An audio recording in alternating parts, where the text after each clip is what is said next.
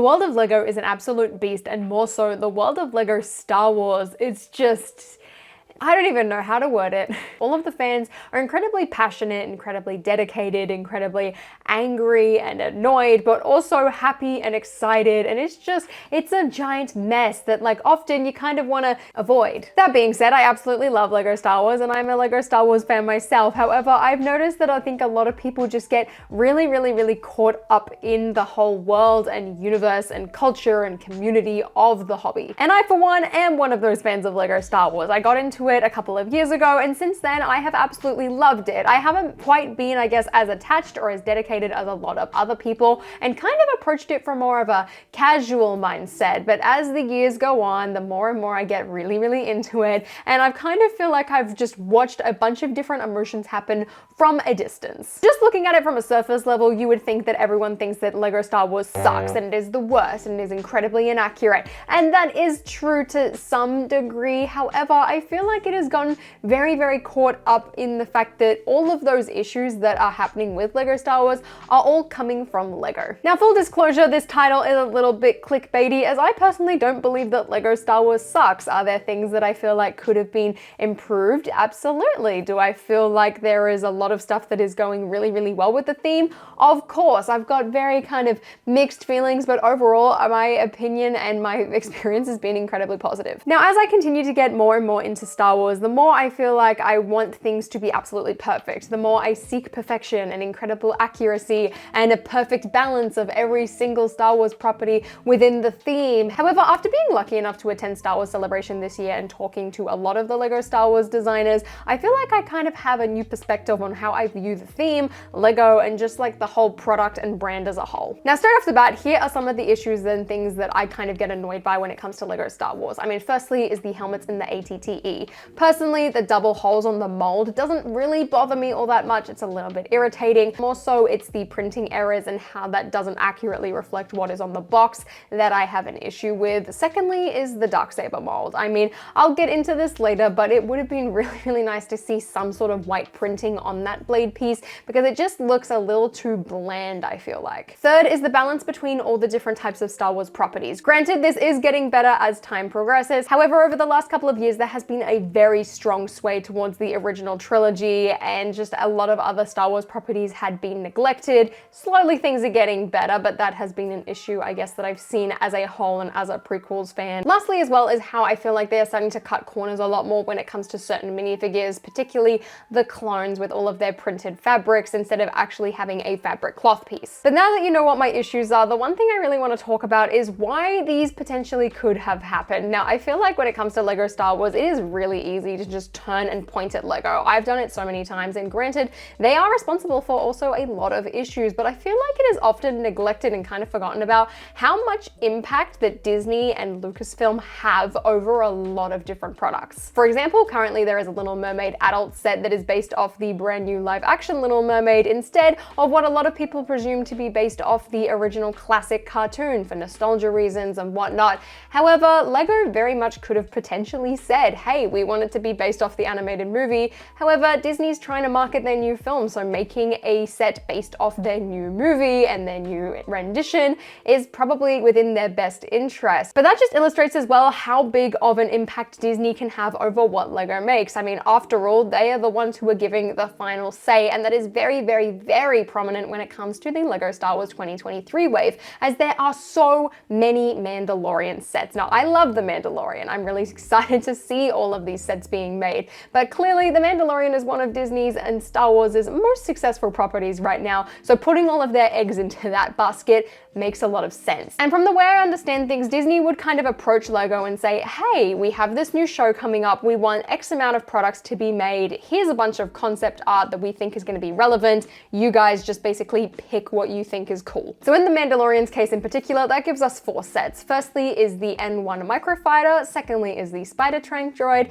Third, we have the Pirate Fighter, and lastly is the Fang Fighter versus TIE Interceptor. Now, when I had the pleasure of hearing the designers talk about this at Star Wars Celebration, as well as talking to them individually afterwards, the general concept I got was that they get handed a bunch of concept art and are told who was going to be a prominent character to kind of steer LEGO in the right direction, and from there they will make a range of products that they think are relevant and really, really cool, which would also explain why the TIE Bomber, despite being themed around Return of the Jedi, ended up making its return this year because it was featured in The Mandalorian. Now, one thing they were talking about specifically was the spider tank a lot during the Star Wars Celebration panel, talking about how they were handed this concept art, they weren't told if there was a kind of droid controlling it on the inside, but just took an educated guess basically, and they were told Bo-Katan was going to be pretty prominent, that Darksaber was going to be there, and Mando, and Grogu of course, and kind of pulling all of those elements together made a set, and at the end of the day they're just hoping that it's firstly accurate to what they kind of designed,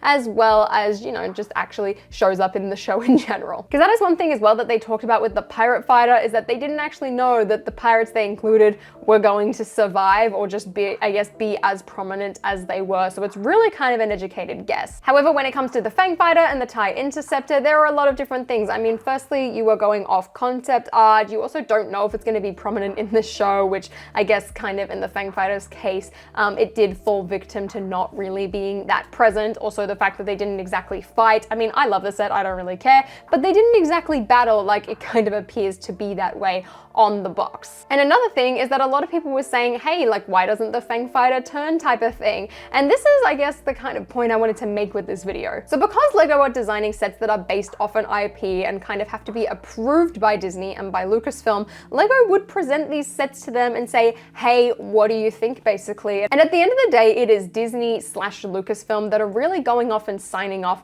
on all of these products. And I feel like for the most part, we really need to start pointing the blame at Lucasfilm as well when it comes to this. Now, granted, the LEGO designers really, I guess, are the starting point of how a set looks, what is included in it, what the kind of design is. But if Lucasfilm aren't really turning around and saying, hey, that's not accurate, hey, that doesn't look right, hey, that ship doesn't do that, then they're not really going to be able to go and fix it and make the product even better. Because who knows even if the person at Lucasfilm or at Disney that are saying these decisions is a Star Wars fan. Now, with all that being said, after getting to talk to the designers, I could tell that they are really passionate and are big fans of what they are making, which then made me think more about Lucasfilm and Disney. I mean, at the end of the day, they really are just there, I guess, to like get their paycheck and go home. There is a chance that they could still be a really big fan of Star Wars working for Lucasfilm or working for Disney, but if it's someone more hired for Disney who doesn't really know a lot about Star Wars, I can kind of just imagine them holding a picture of like a TIE fighter and then holding the Lego model of a TIE fighter and just looking like this and being like, yep, that's good enough, which makes me wonder if that's why we have a lot of issues with the Lego sets. Like when it comes to the 212th Clone Trooper helmets, I can definitely see Lego just kind of having some manufacturing issue or like not doing enough trial and error when it came to printing the helmet properly and kind of just deciding, yep, that's enough, and then handing it over to Lucasfilm and then not really paying attention to the helmet design, saying, hey, that's not a triangle, and just approving it and saying, yep, that's all good. Because at the end of the day, again, they are the ones signing off on it. They could have very easily said, hey, no, this helmet doesn't look right. Hey, no, why is that spider droid there? Hey, wait a second, where is the printing on the Darksaber? Going back to the Darksaber, looking at that piece in particular, it is really interesting. Just like kind of looking at Lego as a whole product, it makes total sense why it looks the way it does. I mean, it is basic enough that Lego could very easily go and reuse it, whether that be in a Ninjago set or to create some type of creature. I mean, yes, the printing on it would have been nice and still allowed that mold to be reused, but I can also see why they didn't do that, because it just makes it cheaper for them on their manufacturing end. Do I agree with that necessarily, given the prices that they are charging for things? No, but it does make sense why it looks the way it does. Personally, I'm not a huge fan of it. I would much rather buy my little like custom brick tactical Darksaber and swap them all out, and that is something I definitely plan on doing. but I also can see exactly where Lego was coming from with the production and mold of this piece. However, in cases like the Clone Trooper, I feel like that is definitely more of a Lego issue. Not having fabric colmers and pauldrons makes total sense when it comes to Lego. I mean, that's just more production cost on them, and just printing it would save them time and money. It's really disappointing and really frustrating because I feel like that extra detail goes a really long way, especially on like specialist troopers and things like that, like we have with the 501st. It's really, really, really disappointing. And when it comes to Lucasfilm with them, they probably don't care. I mean, it is accurate technically. It doesn't look as good as it could be, but it's accurate enough that, yeah, of course they're gonna go past it. So issues like that, I definitely kind of point more towards Lego and be like, hey guys, what are we doing? But with all that being said, as a whole, I feel like Lego Star Wars consistently has some of the best looking minifigures and kind of best looking sets out of everyone. There are a couple of issues here and there, but they have always been incredibly consistent and incredibly cool. As growing up, I paid much closer attention to Lego Harry Potter and Lego Marvel, and those ones for the most part, minifigures are often lacking detailing, often reusing prints and faces that don't quite look like the characters they're supposed to represent. The builds, at least for Harry Potter over the last 5 years, have been absolutely incredible, and it has been a very, very, very solid theme until I guess this year for the most part. But Star Wars has always been like that. I look at Star Wars minifigures and there is really very little you could do to upgrade a minifigure or to make it look cooler or some detailing to add. In the case of The Mandalorian, having arm printing and a slightly different helmet print in the UCS set made total sense. I love the direction that they're going with like UCS minifigures recently by having like a minifigure that exists, but having like a super detailed version of him with dual molded legs and arm printing in the case of Pilot Luke, or even like C-3PO from the Luke's Landspeeder. They look incredible, but there is still a really, really detailed version that you can get in a much cheaper kind of adult display set or playset type of thing, and I love that. Like a lot of other Lego Star Wars fans, I mean, I want my products to really accurately represent the media that they are trying to go off. I mean, I buy a lot of licensed sets. That really is where my kind of heart and collection is. I don't really buy too many just general Lego sets outside of modulars or kind of the odd city set here and there. So having things accurately represent the movie or the TV show that they are coming from is a really big factor to me. And I really feel like that is how Lego Star Wars has kind of garnered the reputation that it has, that it sucks, it's inaccurate, no one cares. And I really have to look at Lucasfilm in that regard, being like, hey, like this is your property. Why are you guys not stepping in and saying something? Because there is only so much, I guess, that Lego can do, is willing to do, especially from like a corporate design as well. Like it's not all up to the designers, as easy as it is to kind of turn and point to them. I also feel like Lego corporate is a very, very big indicator of this, as a whole, the company tends to be cutting corners and really just kind of skimping out in areas where I feel like they didn't used to, or definitely shouldn't be skipping out on these days. And it's really difficult because at the end of the day, every single complaint is coming from a place of passion. I feel like everyone is super passionate and super dedicated and just super excited about this product. And it is upsetting to see something that you absolutely love and get excited for just completely fall flat on its face. It is very rare that you can get something that is just absolutely so perfect, and definitely you are never going to be able to impress or make everyone happy. However, I definitely feel like there could be things done just a little bit differently, and Disney,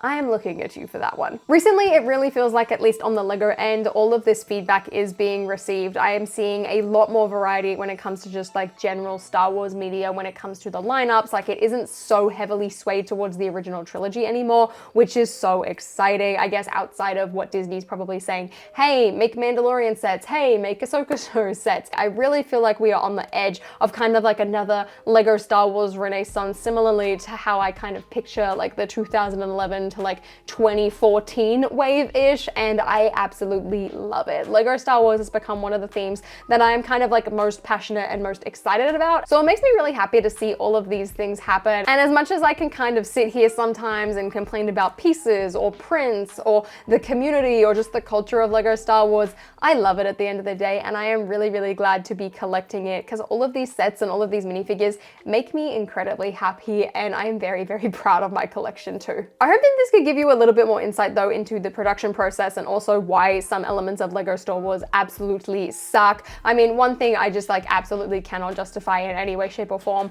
is like the May 4th promo being a coin, I guess. Like the vintage coins were just so popular. They're like, hey, let's do that for Star Wars. I mean, it feels a little cheap to me. The Death Star did grow on me though. But let me know your thoughts on the current state of Lego Star Wars. Like I said, I am really, really excited, and I feel like we are coming on to greatness very, very shortly, and it makes me incredibly happy. But otherwise, if you guys enjoyed this video, please give me a thumbs up, consider subscribing to my channel down below, and until next time guys, I'll see you later.